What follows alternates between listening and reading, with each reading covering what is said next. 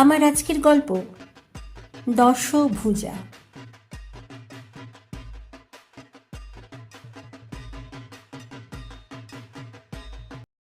ছোট্ট রুবাই মুখ ভার করে বসে আছে সোফাতে। জুতো পরাতে পরাতে ওর বাবা জিজ্ঞাসা করল, কি রে, সকাল সকাল মুখ ভার কেন?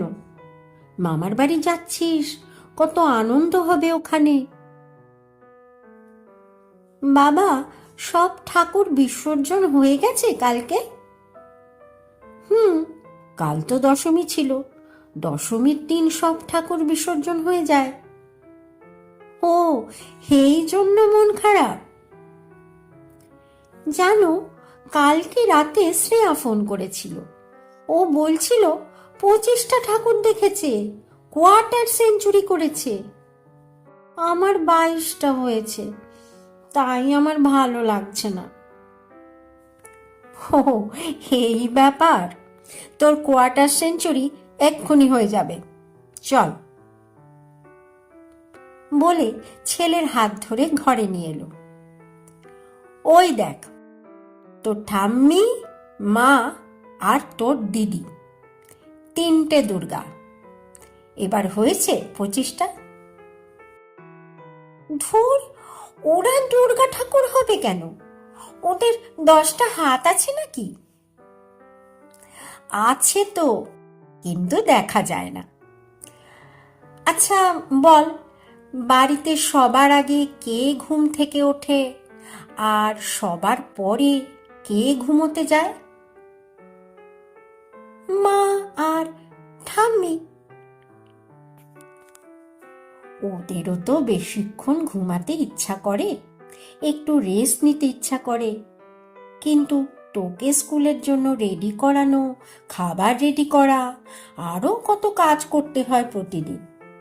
তোর মা অফিস যায়, অফিস থেকে ফিরে আবার তোর পড়াশুনো দেখে।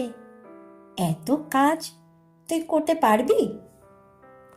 ওদেরও 10টা হাত আছে, দেখা যায় না, তাই করতে পারে। তাহলে তো 24টা হলো। দিদি তো এত কাজ করে না। ও তো ছোট্ট দুর্গা, আর একটু বড় হলেই দেখবি ওরও 10টা হাত হয়ে যাবে। চল, হয়েছে 25টা। এবার চল, দেরি করে ফেলছিস, এরপরে লোকাল ট্রেনে ভিড় হয়ে যাবে। লোকাল ট্রেনে উঠে জানালার পাশে বসে খুব আনন্দ রুবাইয়ের। লোকাল ট্রেনের জানালা দিয়ে বাইরে দেখার মজাই আলাদা। মাঝে সাঝে বিভিন্ন হকার গেলে তাদের অবাক হয়ে দেখছে।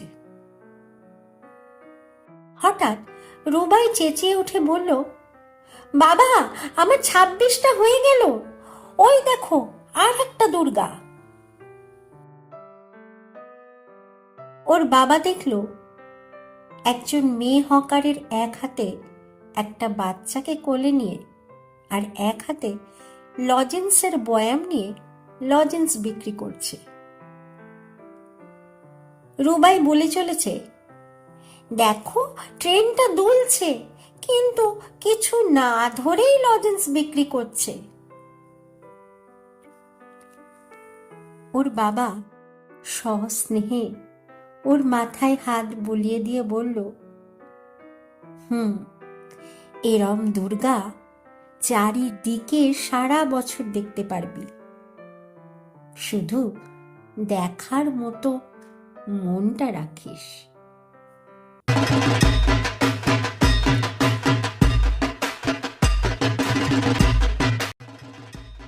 কলমে রাজদীপ মজুমদার, গল্প পাঠে আমি অর্পিতা। আমার এই গল্প পাঠ যদি আপনাদের ভালো লেগে থাকে তাহলে আমার এই চ্যানেলটিকে সাবস্ক্রাইব করে আমার পাশে থাকার অনুরোধ রইল, যাতে এমন নতুন নতুন সুন্দর সুন্দর ভিন্ন ভিন্ন স্বাদের গল্প নিয়ে আমি আপনাদের সামনে আবার হাজির হতে পারি। আজকের মতো বিদায়।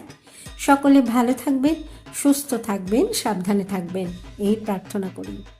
ধন্যবাদ।